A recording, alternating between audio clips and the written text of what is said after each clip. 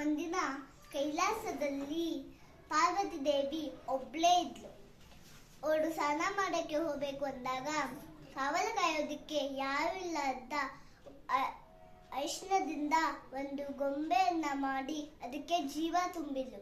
ಅದಕ್ಕೆ ಗಣೇಶ ಅಂತ ಹೆಸರು ಇಟ್ಟು, ಮಗನೇ ಗಣೇಶ, ಒಳಗೆ ಯಾರನ್ನು ಬಿಡಬೇಡ, ನಾನು ಸ್ನಾನ ಮಾಡಲು ಹೋಗ್ತಿದ್ದೀನಿ ಅಂತ ಹೇಳಿ ಸ್ನಾನಕ್ಕೆ ಹೊರಟು. ಅದೇ ಸಮಯದಲ್ಲಿ ಶಿವ ಬಂದ. ಆವಾಗ ಗಣೇಶ ಶಿವನಿಗೆ ದಾರಿ ಬಿಡಲಿಲ್ಲ.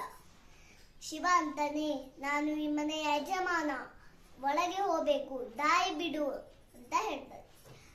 ಆವಾಗ ಗಣೇಶ ಹೇಳ್ತಾರೆ, ನಮ್ಮಮ್ಮ ಒಳಗೆ ಯಾರನ್ನೂ ಬಿಡಬೇಡ ಅಂತ ಹೇಳಿ ಸ್ನಾನ ಮಾಡಲು ಹೋಗಿದ್ದಾಳೆ, ಅದಕ್ಕೆ ನಾನು ನಿಮ್ಮನ್ನ ಒಳಗೆ ಬಿಡಲು ಸಾಧ್ಯವಿಲ್ಲ ಅಂತ ಹೇಳ್ತಾರೆ.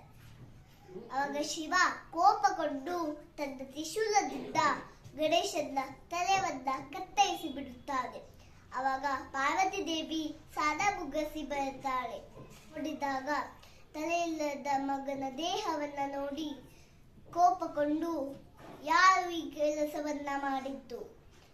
ಆವಾಗ ಶಿವ ಅಂತಾನೆ, ನಾನೇ ಮಾಡಿದ್ದು, ಅಷ್ಟಕ್ಕೂ ಇವನು ಯಾರು? ಆವಾಗ ಪಾರ್ವತಿ ದೇವಿ ಹೇಳ್ತಾಳೆ, ಇವನು ನಮ್ಮ ಮಗ, ನಾನು ಅವನಿಗೆ ಒಂದು ಗೊಂಬೆಯನ್ನ ಮಾಡಿ ಅದಕ್ಕೆ ಜೀವ ತುಂಬಿ ಅದಕ್ಕೆ ಗಣೇಶ ಅಂತ ಹೆಸರು ಇಟ್ಟು ನಾನೇ ಕಾವಲು ಕಾಯೋದಿಕ್ಕೆ ಇಲ್ಲಿ ನಿಲ್ಲಿಸಿದ್ದೆ. ನೀವು ಯಾಕೆ ಇವನನ್ನ ಕೊಂದ್ರಿ? ಇವನು ನನಗೆ ಜೀವಂತವಾಗಿ ಬೇಕು ಅಂತ ಪಾರ್ವತಿ ದೇವಿ ಕೇಳ್ಕೋತಾಳೆ.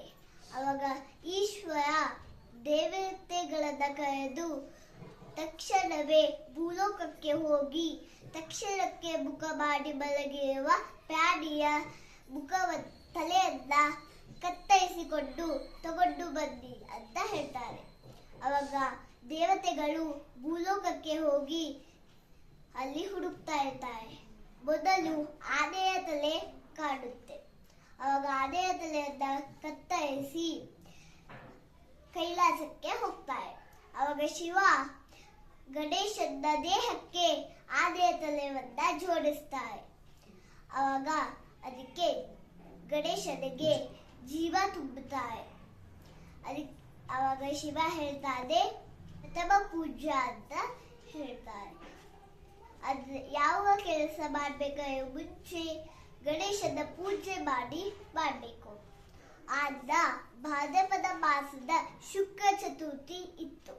ಅದನ್ನ ನಾವು ಗಣೇಶ ಚತುರ್ಥಿ ಅಂತ ಆಚರಿಸ್ತೀವಿ. ಎಲ್ಲರಿಗೂ ಗಣೇಶ ಚತುರ್ಥಿ ಹಬ್ಬದ ಹಾರ್ದಿಕ ಶುಭಾಶಯಗಳು.